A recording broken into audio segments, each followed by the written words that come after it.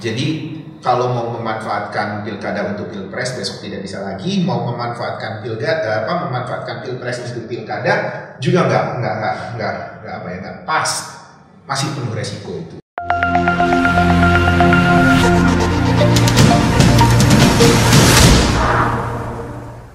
Jadi tadi Bapak menyebutkan bahwa Citra Indonesia mampu membuat seorang kandidat itu dapat bertarung selama 6 bulan gitu Pak. Apa jaminannya ketika Citra Indonesia bisa mendapatkan momentum yang baik selama 6 bulan itu? Iya pastilah kita susun strategi yang pas selama 6 bulan dia bersosialisasi. Karena sebelum dia bersosialisasi kan kita bekerja setahun sebelum itu, ya bahkan 1,5 tahun itu lebih bagus. Jadi kalau kita dapat 2 tahun kerja berarti 1,5 tahun kita mempersiapkan dia untuk sosialisasi. Saya udah katakan kepada calon-calon klien kita bahwa jangan genit-genit, gak usah muncul dulu gitu, karena itu akan merusak strategi kita. Udah tenang aja bahwa itu akan kita urus. Cuma kan klien-klien ini, kandidat-kandidat ini genit, dia kepengen. Saya pengen tahu Dinda, masyarakat ini senang sama saya atau tidak? Atau ada orang lapor, ini nih di dalam survei yang diadakan secara independen oleh koran A, abang ada di urutan pertama atau abang ada di urutan ketiga. Nafsu dia kejar, bener nggak itu? Wah luar biasa. Jadi gimana nih? Coba tolong bikin lagi survei. Nah ini kan ngaco gitu. Kita sudah bilang, bang tenang, silent, jangan muncul dulu. Tapi dia nggak sabaran. Apalagi kalau misalnya lawannya sudah bergerak. Lawannya udah bikin panggung di sana, lawannya di kecamatan sebelah sana sudah tepuk-tepuk tangan, yang di sini sudah rame-rame.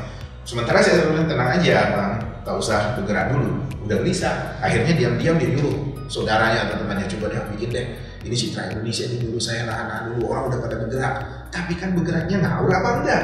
Gerakannya efektif atau tidak? Kan itu masalahnya. Makanya kan saya bilang tadi, frekuensi itu bukan jaminan, lebih dulu bukan jaminan. Memang dalam pandangan Citra Indonesia, kalau kita bergerak lebih dulu, itu kita akan mendapat keuntungan yang lebih. Tapi yang lebih dulu yang seperti apa, itu tergantung banyak variabel lagi yang harus kita hitung. Jadi janganlah euforia sesaat itu menjadi ukuran. Ukuran yang benar-benar itu survei. Tidak bisa mengatakan misalnya tim sukses, si Banu datang, bang begini, kemudian tim sukses, si Cecep mengatakan bang ini begini, kemudian kandidat udah mengatakan wah katanya, jadi gimana nih? Gak bisa. Ini ada kandidat yang hobi ngopi gitu, ngundang si A ngobrol. Jadi gimana Dinda begini bang, jadi menurut lu gimana? Ini bang ini, besok dia undang lagi si B ngopi gitu kan, murah 100-200 ribu ngopi gitu sambil begadang. Tapi kan ya blow on, ngabisin waktu, ngabisin energi. Kemudian hanya untuk ya buat onani dia aja, dia senang-senang aja, wah sedap nih, bakal menang nih. Ternyata orang punya uang lebih besar, panik. Ini jadi gimana? Nggak bisa begitu. Memenangkan pilkada itu harus tenang, harus terstruktur, harus dengan formula yang tepat, dan yang bisa melakukan itu ya konsultan dia. Karena ini persoalan manajemen, persoalan strategi, persoalan efisiensi, dan persoalan ketepatan untuk mencapai target-target kemenangan. Itu jadi penting nggak Pak elektabilitas klien bagi Citra Indonesia? Elektabilitas itu kan udah urusannya kita, jadi tak usah pusing. Jadi begini, ada klien misalnya bangga mengatakan, Dinda, abang ini sekarang elektabilitas abang ini udah 10% Dinda, popularitas udah 60, ini tinggal digenjot sedikit aja. Jadi ya konsultan Indonesia tak usah mahal-mahal lah, minta bayaran. Saya kan juga sudah bekerja. Itu urusan dia kemarin bekerja, bukan urusan kita. Karena belum tentu popularitas dia hari ini, elektabilitas dia hari ini bisa konsisten, bisa stabil dipertahankan untuk pemenangan. Makanya kita nggak ingin atau berharap gitu. Kita berharap itu kalau kita dapat kandidat ya dia memang masih putih gitu ya, seperti kertas. Jadi dia seperti kolam yang jernih, kita mau ngapain di situ kita enak untuk membentuk dia menjadi sebuah figur yang betul-betul sesuai dengan harapan rakyat. Tapi kalau dia sudah cemong gitu ya, sudah acak-acakan, walaupun popularitasnya naik, elektabilitasnya lumayan gitu, PR kita masih banyak kok untuk itu. Misalnya gini, saya jadi konsultannya Zah yang masih nol, masih pemula. Orang sudah popularitas 60, elektabilitas 10. Pusing dong, gimana nih hadapinnya? Tapi kita masih cukup punya waktu untuk menghajar dia. Gampang menghajarnya. Yang jadi susah itu adalah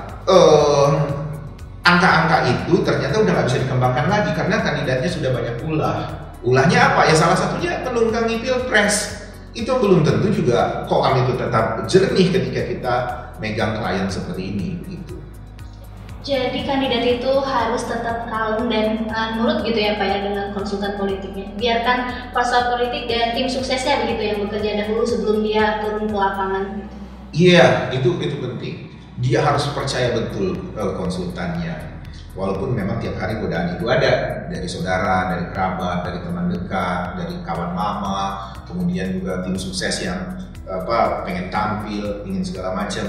Ada yang banyak seperti itu. Dan kalau misalnya dari awal ada kandidat mengatakan saya nggak peduli itu semua, tidak, saya percaya Citra Indonesia strateginya. Nanti siapapun yang datang, mau dia jenderal, mau dia dedemit, mau dia pengusaha besar, kalau dia mau bergerak atau apa, saya bilang Citra Indonesia semua yang dulu strateginya, ngomong aja sama Citra Indonesia. Itu yang mau kita dengar. Karena bukan apa-apa, kita pernah misalnya ada tuh orang datang, bang kita mau sunatan massal. Begitu saya lihat ini nggak tepat gitu. Dan saya bilang dalam hati saya jangan dulu. Tapi itu kandidat udah bilang, udah berapa biayanya? Karena biayanya kecil dia kasih, udah sana. Begitu dia pergi, saya bilang, bang itu nggak tepat buat kita, abang jangan seperti itu. Cuma 2 juta, Dinda, nggak ada masalah.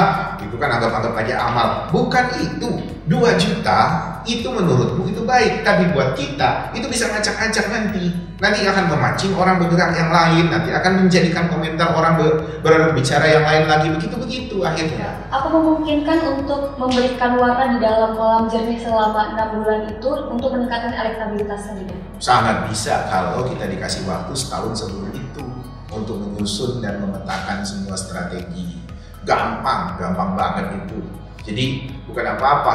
Ada kawan saya itu datang bilang, itu lihat Kanda, ada calon legislatif ingin melakukan kampanye dan dia mengatakan saya sudah menyiapkan uang sekian dan dia merasa uang itu besar, tapi ternyata baru 3 bulan 4 bulan sudah habis. Nah kalau kayak gitu gimana? Enak kalau kolamnya masih kelihatan lebih jernih atau lebih kelihatan cantik. Kalau ternyata gara-gara dia ngaco kolamnya jadi buta, lebih repot lagi, butuh duit lagi, bisa 3 kali lipat, 4 kali lipat dia keluar duit, belum tentu juga menang. Itu kan jadi masalah. Jadi sudahlah, bersihkan hati, bulatkan tekad dan niat agar jangan aneh-aneh gitu kalau mau menang itu. Jangan berpikiran gimana ya bisa ngirit, gimana ya biar buat bisa saya tipu nih tim sukses saya, biar mereka kerja keras tapi saya nggak keluar uang banyak. Jangan begitu gitu loh. Kita berharap kita mau menang dan kita berharap pada orang-orang ini, muliakan mereka.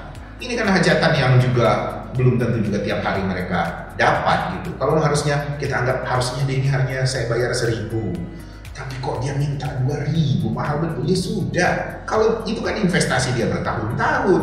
Kalau hari ini dia bekerja dibayar 1.000 betul, tapi kan ini menyangkut kredibilitas dia, reputasi dia untuk meyakinkan orang-orang yang dia kenal, dan orang-orang yang dia kenal ini sudah dia maintenance bertahun-tahun sebelum ada kepentingan kandidat ini gitu loh. Jadi memang wajar dihargai lebih, dan penghargaan dibayar 2.000 dibanding 1.000 itu juga penghargaan untuk menjaga loyalitas dia sama kita gitu. Jadi orang kadang lebih baik saya keluar uang banyak buat rakyat, misalnya tabur uang, tabur amplop, tabur banner, tapi sama tim suksesnya sendiri dia pelit, sama konsultannya dia perhitungan. Ini nggak pas. Kita yang ngerti bagaimana merebut simpati rakyat, bukan kamu tampil kemudian telanjangan gitu, sepolos-polosan, musuh-musuh banner, musuh baliho, ngajak emak-emak, tepuk tangan, orang mengatakan hidup ini wah udah luar biasa gini, dan kamu anggap orang akan memilih itu. Enggak, belum tentu. Karena kamu nggak tahu strategi lawan seperti apa, kamu nggak tahu kegelisahan masyarakat seperti apa. Nggak ada masyarakat datang dengan mengatakan, hai Pak, Bapak itu jelek, nggak mungkin jadi bupati kami, turun aja, nggak mungkin rakyat ngomong begitu. Tapi kalau diajak senang-senang, semua orang juga bakal senang. Tapi efektif atau tidak? Menurut Bapak nih, apakah efektif dan bakal memenangkan calon kandidat jika calon kandidat itu terlalu loyal kepada masyarakat, misalkan sering memberikan sembako atau barang-barang yang dia itu tidak pernah pelit untuk memberikan finansial kepada masyarakat? Apakah itu dapat menjamin bahwa masyarakat tersebut akan memilih dia? Ya bisa, kalau dia punya daya tahan yang panjang. Berbulan-bulan dia main dengan dia kasih sembako terus sampai berapa kuat dompetnya. Tapi itu efektif kalau misalnya cuma sekali dua kalau waktunya tepat. Itu kan strategi kita. Makanya konsultan itu bukan pemborosan. Konsultan itu penghematan untuk efisiensi.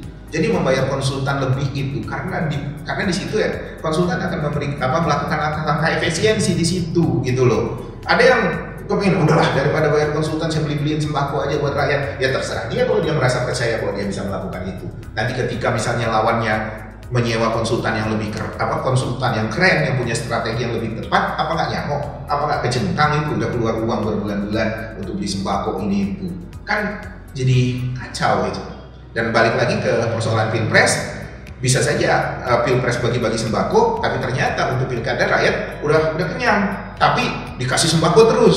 Dia lupa melakukan verifikasi, evaluasi terhadap kegiatan pilpres kemarin untuk kegiatan pilkada mestinya seperti apa. Karena dia nggak punya konsultan. Sejauh ini tadi telah Bapak singgung bahwa calon kandidat kita itu harus percaya seutuhnya kepada konsultannya dan biarkan dulu tenang dan tim suksesnya yang berjalan. Apakah sejauh ini ada pemutusan kerja karena kandidatnya tidak nurut gitu dengan konsultannya? Banyak, 80% lebih itu terjadi di Citra Indonesia. Karena apa? Keren lah Citra Indonesia ini beneran. Dari orang-orang yang kusut, orang-orang yang gak jelas, orang yang mulai dari nol bisa kita bikin menjadi seseorang, menjadi sesuatu, dan di tengah jalan dia jadi GR dan akhirnya gak nurut lagi. Itu banyak yang terjadi seperti itu. Bukan hanya GR, mungkin juga ngitung-ngitung, waduh bayar mahal Citra Indonesia seperti itu. Dan bagi kita itu nggak masalah, ini kan dinamika. Ada sih kawan mengatakan jangan gitu Bang Yanto, Citra Indonesia harus ikat dengan kontrak, jadi ini nggak akan lari dari komitmen. Saya bilang kau mau Citra Indonesia tetap dibayar tapi ujung-ujungnya dia kalah, kan nggak enak juga kita dengarnya. Kita kepingin Citra Indonesia berkontrak dan menang, itu yang kita pingin. Bukan Citra Indonesia dapat duit, mau menang mau kalah kita nggak peduli. Kita bukan orang yang seperti itu, Citra Indonesia nggak seperti itu. Ya, terima kasih Pak Yanto atas penjelasan mengenai tema kita hari ini, Pilpres versus kandidat Pilkada. Terima kasih juga untuk seluruh penonton setia dari Citra Indonesia. Selalu tunggu video-video terbaru dari kami. Jangan lupa like, comment, subscribe. Terima kasih dan sampai jumpa.